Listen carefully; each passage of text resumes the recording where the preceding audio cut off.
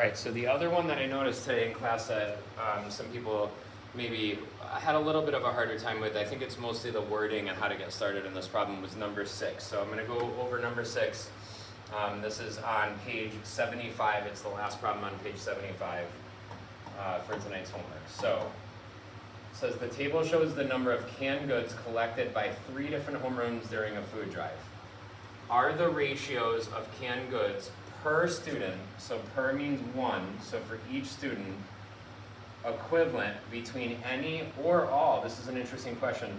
Are any of these unit rates, because that's what per means, are any of these the same, or are all of them the same, or are they all different? They're basically asking what's going on, and then I won't spend the time to write it on the video, but I'll say what you could write for explaining your reasoning, and if you have a question I can go over how to explain it tomorrow, but I'll say it in a second. But we have to figure out the math first.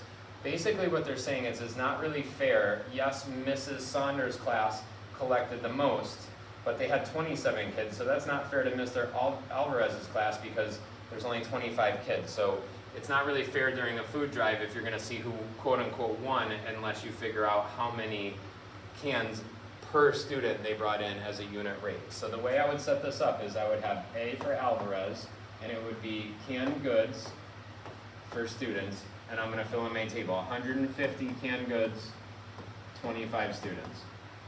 I'm going to divide both those by 25 because that's going to get me back to 1 student, which is what it said right here, per student. That's 1. How do we get 25 back to 1? You divide by 25.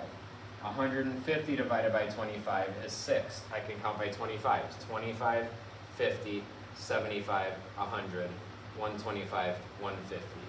That means that Mr. Alvarez's class brought in, on average, about 6 cans per student.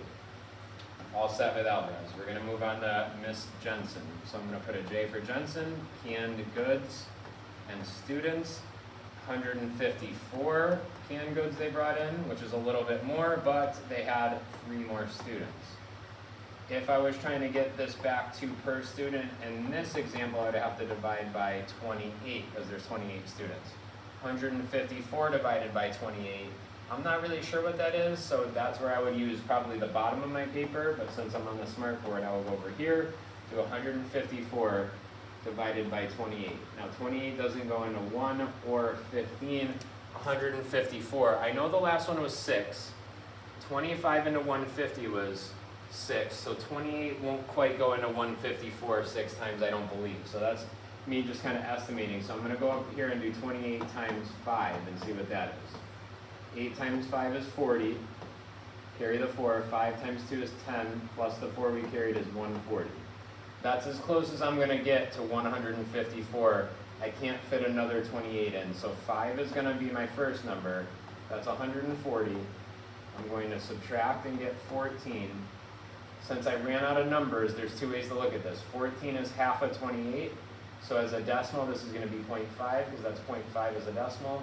Or we can add our decimal, bring it up in the answer, add a 0, bring it straight down, and then you can see what we just did. 28 times 5 is 140. So this is going to be 5. It goes in 5 times, which would be exactly 140. That's really kind of strange when you look at this, because that means that Miss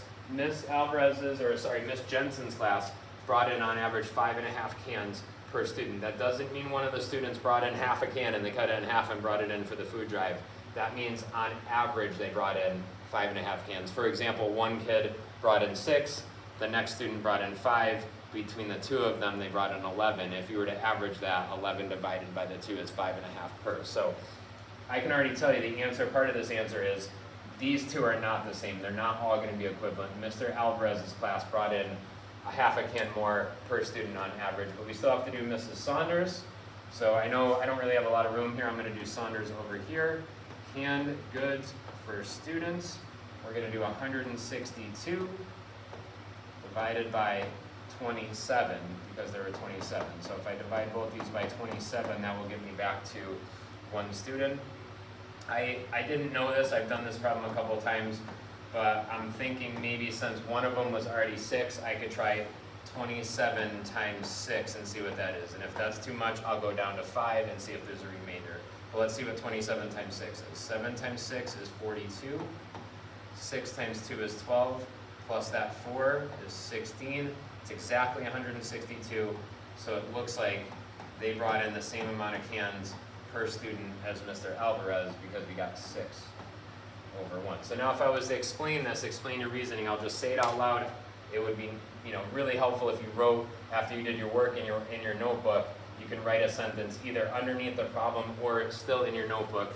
I would say that Mr. Alvarez and Mrs. Saunders brought in the same amount of cans per student with 6 per student, but Miss Jensen only brought in 5.5 cans per student. So they were not all equivalent, but Mr. Alvarez and Mrs. Saunders were.